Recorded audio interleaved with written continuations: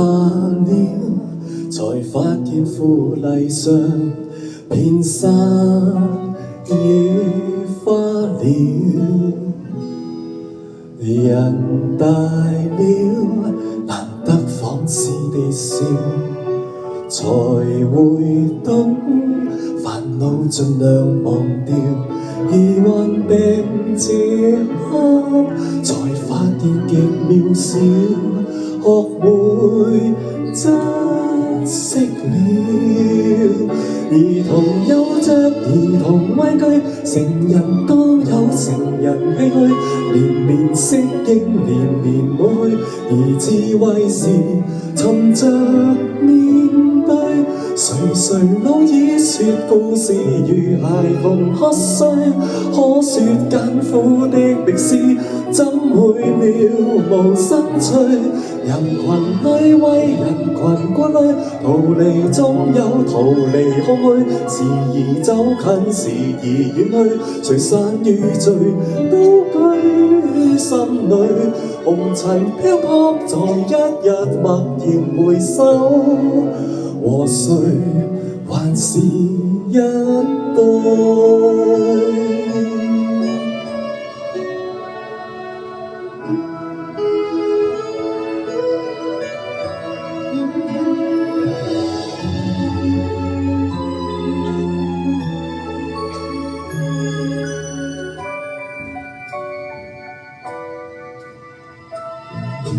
人大了，難得仿似地笑，才會懂煩惱盡量忘掉。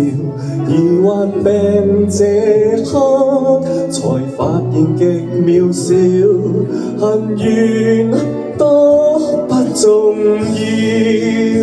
兒童有着兒童畏懼，成人都有成人唏噓，年年適應，年年老去，而智慧是尋着面對。誰老已說故事如孩童瞌睡，可說艱苦的歷史怎會了無生趣？人群裏為人群顧慮，逃離總有逃離空虛，時而走近，時而遠退，聚散與聚都居於心裏。紅塵漂泊在一日默然回首，和誰還是一對？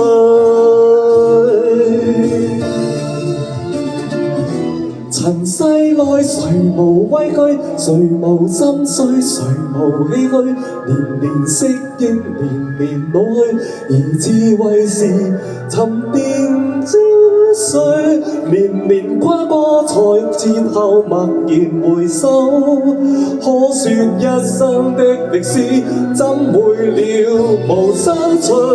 如帶着殘餘顧慮，殘餘不滿，殘餘空虛，時而走近，時而遠去，還看最後芳菲或壯舉，決定我成敗得失心空裏，然後磨難結晶，將化作翡翠，多得雨水。